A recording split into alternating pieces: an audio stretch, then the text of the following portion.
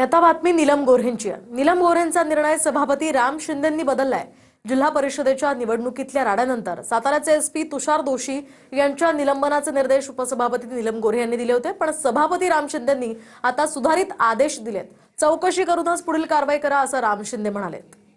एवढी घटना घडल्यावर सरकारकडून कालच चौकशीचे आदेश जायला हवे होते, ते काही कारणाने गेलेले नाहीयेत। आज पहिला दिवस आहे सुट्टीनंतरचा, तर ताबडतोब साताऱ्याचे पोलीस अधीक्षक आणि संबंधित ज्यांनी लोकांना ढकलाढकली केली, जखमी केलेला आहे आणि महत्त्वाचं म्हणजे मतदानाच्या प्रक्रियेपासून वंचित ठेवलेलं आहे, त्यांचं सरकारने निलंबन करावं असे मी निर्देश देत आहे। माननीय पीठासीन अधिकाऱ्यांनी अशा प्रकरणामध्ये प्रथमदर्शनी चौकशी करण्याबाबत निर्देशित करता येईल, परंतु अशा प्रकरणी संबंधित दोषी बाबत कारवाई करण्याचे अधिकार कार्यकारी प्रशासनाचे असतात।